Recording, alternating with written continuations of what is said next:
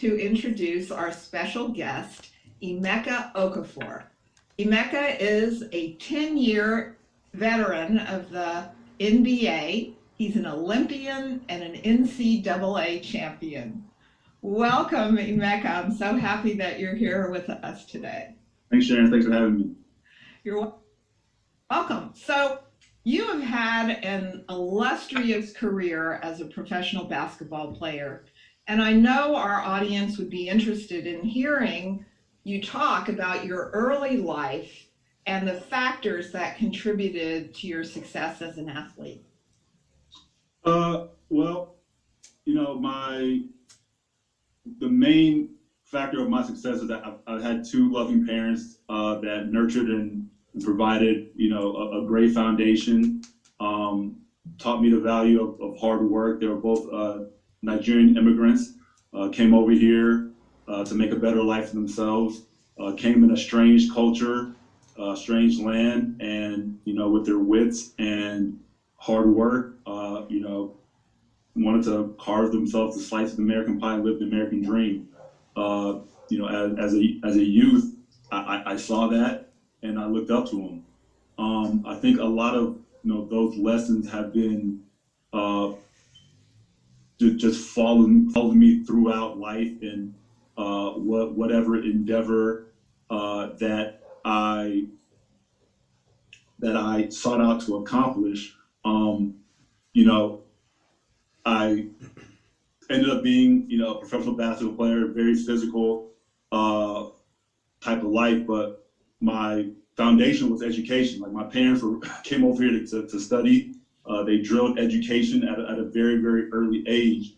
And I've always thought myself as an academic. I've always been a student, and I've always enjoyed deep dives and learning and studying. Not necessarily books, but just things, people, situations.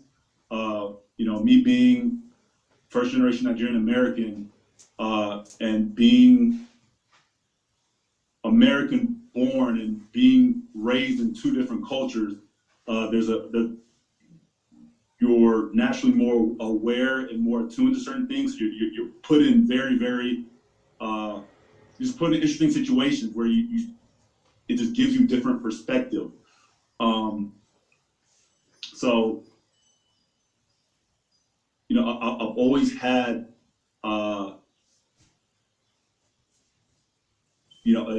an eye out just for how to get better, how to improve, how to accomplish goals. So, like I said, my being is rooted in academia, and out of that, as a side, my sports came. My dad really put me in sports at first because he just enjoyed watching me play. He never really, and my mom could really care less about what I did. She just wanted to make sure I was well fed and that I was okay and I was happy. So there was no pressure from that standpoint. As a little kid, I always thought, hey, I'm gonna be a professional baseball player, football player, and basketball player, and a doctor, like whatever is a possibility. And as I got older, the realities of how hard each said profession would be, sunk in. But my thought was like, hey, I know I'm gonna be successful. My surefire path was going to be through academics, through books of some way, of some nature. So, as I grew, I continued to excel in sports. I played everything: track, basketball, baseball, football. In high school, I narrowed it down just to basketball. At that point I was 6'7", 6'8". I was super skinny, and although football was I'm born and raised in Houston, Texas, so football is real big in that land, and I always wanted to be a football player, but I took a long, hard look at 6'7", 6'8", $180 soaking wet, and just imagine an upperclassman just snapping me in two. And I was like, what? Football is not my thing. it was not going to be for me. And then I happened to go to a school that it just produced studs of baseball. Like they ended up winning they were nationally ranked by the time I left. So I was like, you know what?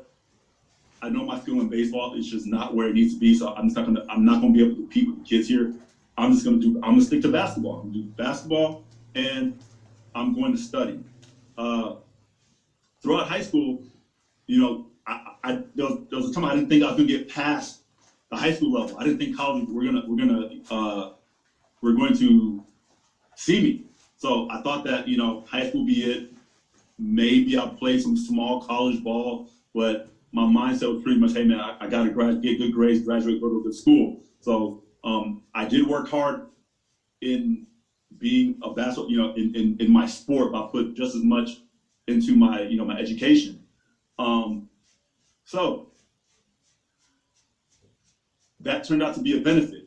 You know, when I continued to excel in basketball, and when college recruiters came to recruit me, there was no concern that I wouldn't be able to pass a class, because in high school and college, you have to make certain grades in order to be able to play. It's called, you know, no pass, no play. So you need to maintain a certain grade point average in order to play. And college coaches saw this as an advantage. Like, hey man, this guy, you know, he has this good at raw material that we can work with, and we know he'd be able to pass class, and you know, he's gonna be with us for a while. So then I saw the opening. I'm like, oh, okay. Major universities started to come in. You know, the path of the NBA started to become a little bit more real. Okay, so ended up going to the University of Connecticut, and you know, the first day I stepped on campus, I'm like, all right, I'm at UConn. This is a major university. This is you know, championship coach, big conference, huge state. I'm gonna be on TV. The chance for me to make this NBA, I can do it. It's not going to be 100%, so it's not 100%. I got to make sure I graduate. But you know, like especially at that time, especially more now, like the longer you stay in school, it becomes a detriment. You know, because they judge on potential, right? So if I stay in school all 4 years, if I stayed, then I would dramatically reduce my chance of getting drafted. So I'm like, okay, Matt, this is what you got to do. You got to finish. You got to graduate early. So if you can make it to the NBA, because I've always been a student. I really wanted a degree. So I'm like, hey man, so you know, you got to graduate early. So you know, if the NBA is there, you can leave, and if not, you can take an extra year and get your master's, or you know, go on. So as it happened, I graduated in 3 years. At the end of that, my last year, we won the national championship, and I was also drafted #2 overall by the Charlotte Bobcats. So I was able to check all the boxes. But what was important was really the method of what I learned in being a student athlete, and the lesson, you know, my road to the NBA was, to answer your question, hey, you know, tell us a little bit how you became an athlete. The lessons learned, like everything was rooted in study. You know, I treated basketball as if studying for a class. Like the way I would drill, the way I would, you know, the way I would prepare was all the same. I would just apply what I had in school and just put it on the court. So my athletic and my academic has always been intertwined in that way for my whole, like, for me to feel like fulfilled in my full self, you know? So for me, sports and study are one and the same. And you know, when I came into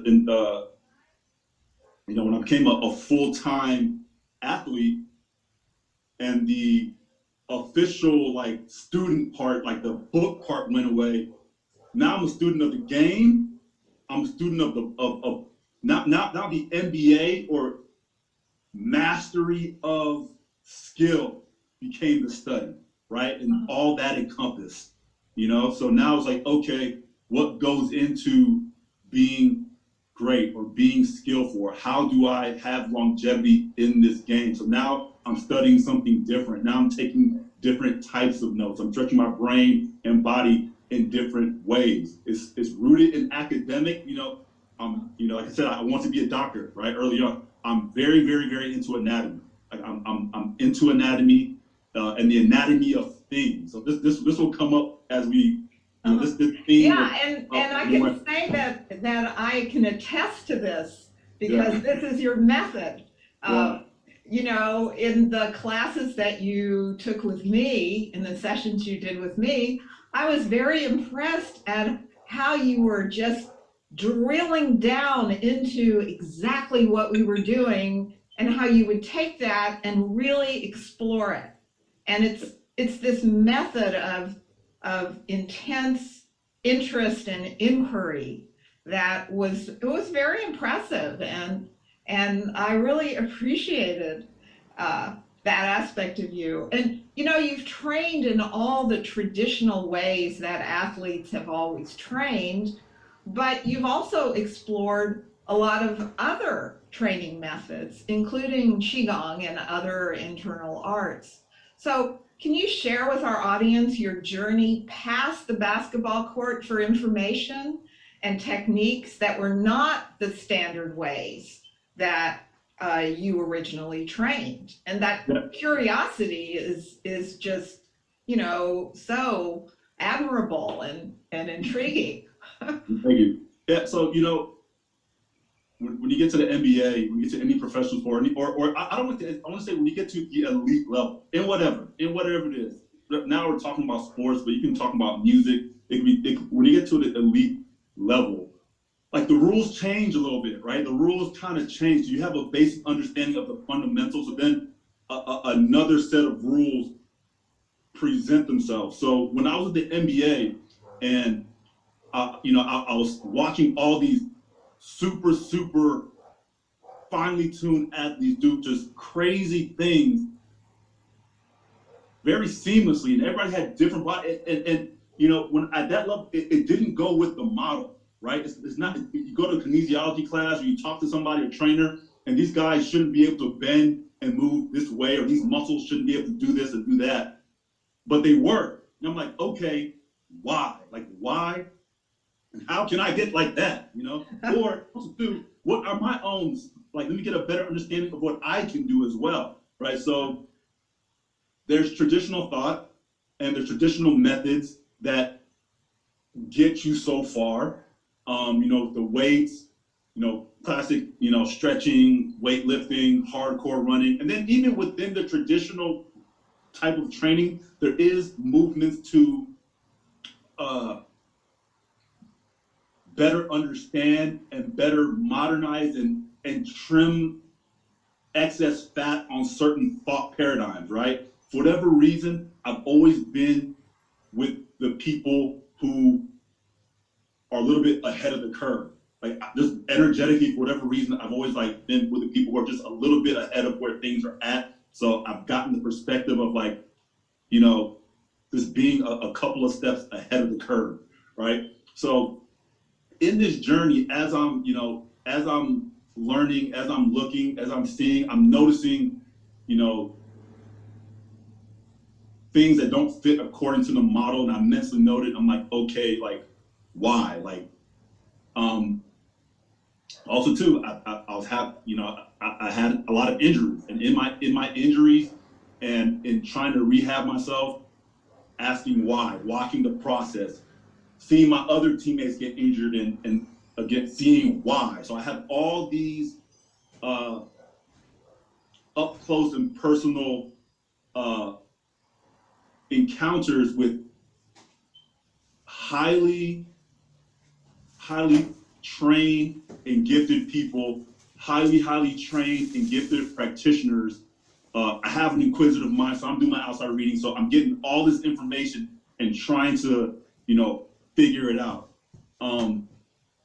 As you put the pieces of the puzzle together, you realize, hey man, there's some more pieces that either are left or these don't quite fit. People are just trying to jam them in. So what do? you open up a book, you open your mind, open your heart, you know, examine what you think, what your truths are, and reevaluate. You know, and that's how I came along to, you know, Qigong and the energy world. Because at first, you know, high school, Emeka would have just thrown it away, you know, with the wind, like, oh man, I don't believe in it. But I just kept on seeing instances where I was forced to just hey man, you got to rectify this. Things aren't making sense. Things that you know, people are able to do stuff that doesn't quite fit with the model that's presented. So I started an exploration, and that's what happened. I started exploring, and again, I like the anatomy of things, right? So I get into, okay, let me read, let me understand what they're trying to say, what's actual, what still applies, what doesn't apply, what applies to me, what applies to other people, and just get a better sense of how I can get better as an athlete, and then as well as how I can get better as a person. See where it spills over. Uh-huh. Wonderful. So, can you drill down a little bit into that? Like, what is it about internal arts practices, Qigong in particular, that has helped you in life as well as an athlete? It's a completely different. It's different. It's a different. It's a completely different way to improve yourself, and it also fills in a lot of gaps. Like, you know, when you talk about, you know, just the concept, just basic energy, right? Just start with just acupuncture, right? That was really my first foray. Like, you know, I used to think acupuncture was like whatever, right? And then I had one session to where there was a very, very noticeable difference made. And I was like, interesting. This is something that I was not paying attention to. Noted. You have, you know, during our sessions, our very first session, you know, we were doing just inner smile. We're doing, and then as we're doing the inner smile, like, I felt the energy of the areas move. Like, it was like there was no, I wasn't making it up. I felt the energy move from the whatever organ down into my dantian. I was like, okay, all right, this is not this, there is something here. So number one, as an athlete, not very many athletes are doing this. Right? So it's like, the power that's inherent in this, right? It's like, wow, okay, there's some good power in here to not only improve physically, right, but mentally, emotionally,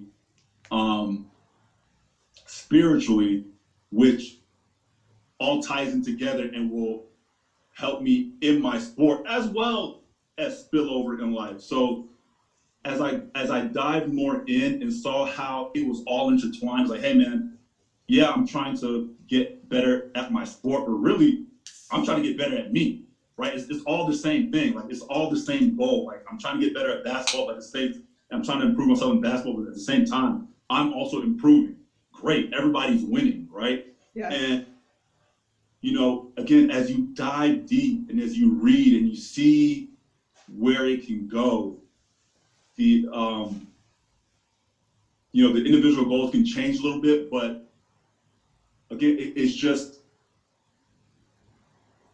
it's just so much there. And as a person who trains, because as an athlete, we train a lot, right? There gets to a point where it's diminishing returns. Like, all right, man, we're training so much. Like, what are we getting out of it, right? So from athlete to switch over to this like Qigong realm, I think that it would boost the traditional stuff that they've been doing.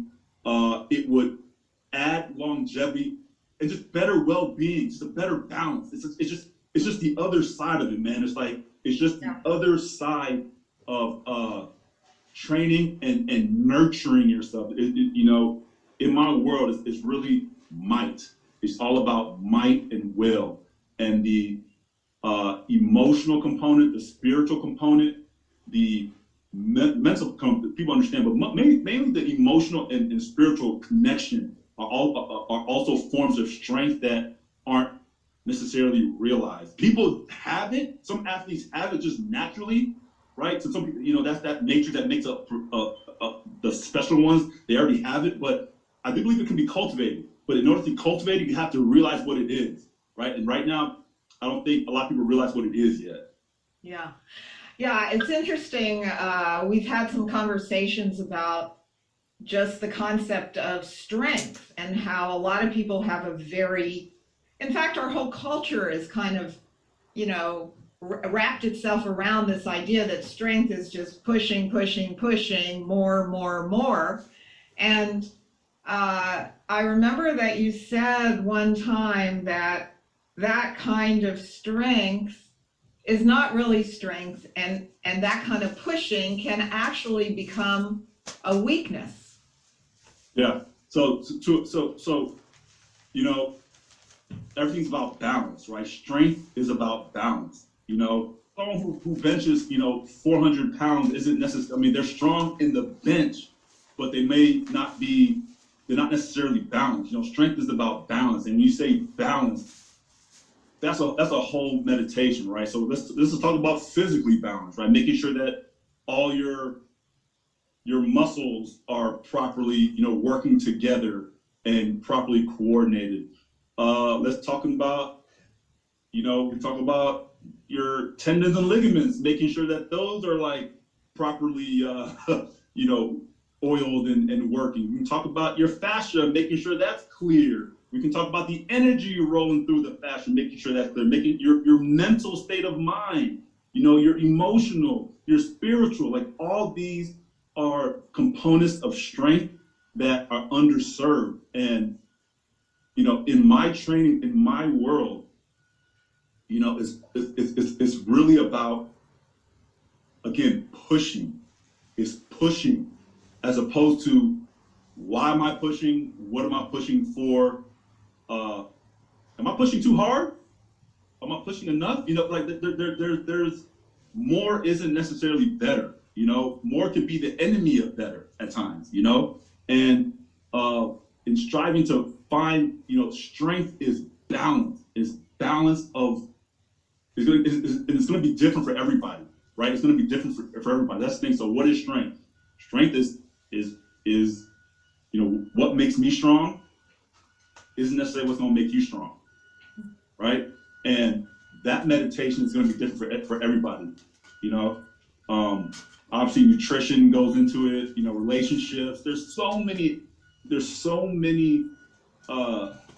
components to strength as opposed to just might. Hey, I gotta push. I gotta will. And funny enough, because when you push and you will too much, you actually stagnate. You get too stiff. In order to really be strong, you have to be able to relax, right? It's the engage and relax, engage and relax, as opposed to just go, go, go, go, go. If you go, go, go, you just break. And I learned that the hard way. Most of my athletic, life was go, go, go, go, push, push, push, push, more, more, more, more, faster, faster, faster. Yeah, yeah, yeah. As opposed to taking a little bit more time to, I don't want to say just like, just absorb, understand, because there's also strength in being connected.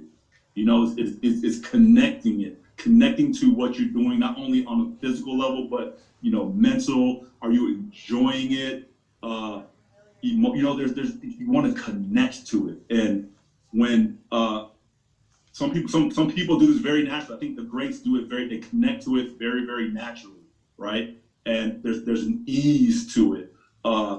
And the rest of us, we try to train for it, but I do believe it can be trained. You just have to have an eye out for it, and it's not necessarily like an easy formula. I think it needs to be, you have to tailor it to the individual. Yeah. And I think a lot of people don't realize the role that emotional energy plays in that. And not just like desire, but a sort of balanced emotional energy, you know. Can you talk a little bit about that? Yeah, I mean, like we talk about emotion. There's again, that's its own little separate meditation. So you have the in the moment emotional, like how nervous are you, right? What's your environment, like what's your breathing, what's your reaction to what's going on. You have your long, like I want to call it like a longer outlook. Do you like what you're doing? Do you like it? Do you even enjoy? For example, some people just have a bad connotation, with the sport. They're just doing it because their parents told them, and they really just don't like. Because the fact that they're there, they don't like it, and because they don't like it, there's only a level they're going to reach, right? Or if it doesn't bring them joy anymore, that's a drain. Then there's okay, shot clock's going. It's 3 seconds to go.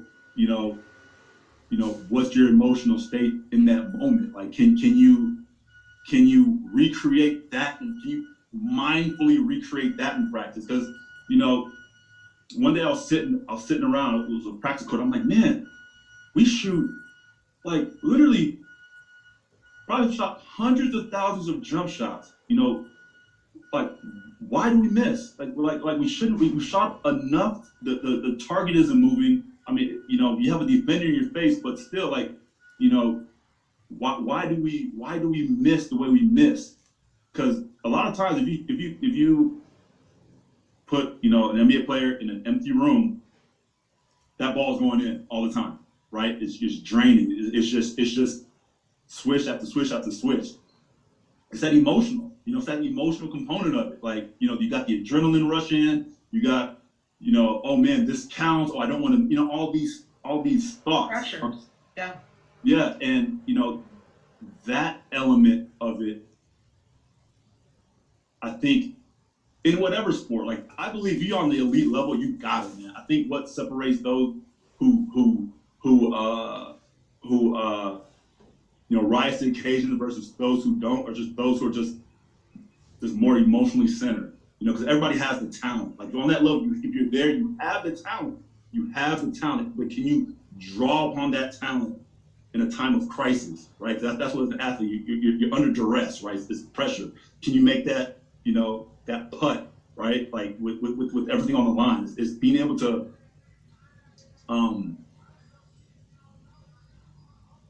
get emotionally stable, and or get in that emotional good space. And I think that as an athlete, for me, you're more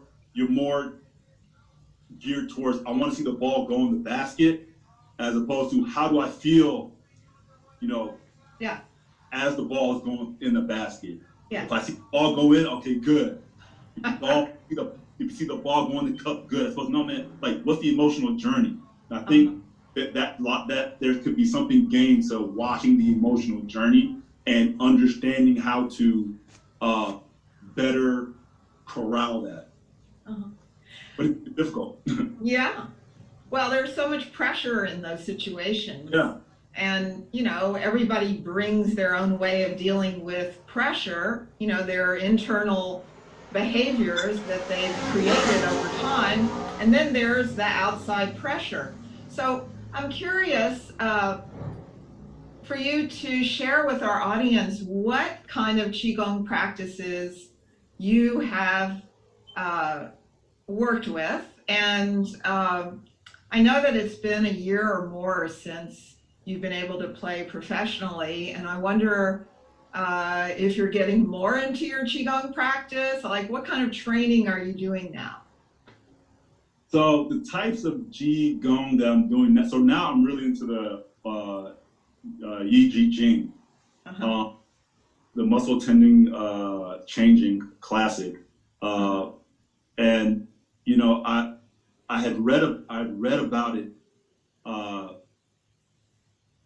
a few years ago, and recently it circled back. I found an online class and have been taking it, and it really just struck home. It's just like, for where I was, I'm like, man, this is, I had already done the background of the reading. I was already very familiar with the reverse breathing, with all the other readings I've done, and it just, something just clicked. I'm like, man, this is really hitting me on a different level. And, in the Qigong world, a lot of the principles, it's so far away from Western thought. It can take a while to absorb and digest it. But once you get the gist and buy into it, it's like, oh okay, there's something there. And so currently I'm doing that. I've circled back and mixed that in with some inner smile work, and I've gotten very connected with the inner smile, with the organs. I've been playing around a lot with like energy lines as I've been doing this as well. I'm about to reconnect with healing sounds. I've done a little. I like to get a little bit more into Tai Chi. I think after the YJJ, I'll be prepped to go dive back in to that. But it's been very rewarding and very interesting. And in terms of my training, I'm still playing ball. I'm playing ball. I'm trying to incorporate, not necessarily incorporate, it kind of just all kind of melts together, with the movements, the breathing, the taking note of certain things I didn't notice before. Yeah. That is so cool. It's very inspiring to hear you talk about this. And I guess I met you maybe 5 or 6 years ago. I don't know when it was, but this is clearly a sustained interest in practice for you. And that was after I read the Montauk Chia books, and they said, hey man, if you want to get further, you got to find an instructor. So I looked you up, and that's when I got, before I contacted you, I think I'd read been reading like a year before that, and found your information, and we linked up, and had that experience with the energy, and just let it soak, kept on playing with it, and it's been continuing, and it's very, I definitely see the light. Great, that is so cool. So we're getting toward the end of our time together, and I wonder if there's anything else that you'd like to share with our audience. We covered a lot, but you might have something that, oh yeah, I really wanted to talk about that. Yeah, no, just my thing has just been, my journey has been athletic, academic, but what I like, I see the potential and energy in other people. I see, just this, the potential of people individually, collectively. I just enjoy watching people, try to get better, try to fulfill their dreams, try to do good things, and strive. I enjoy, the energy of just improvement, grind, perseverance, struggle,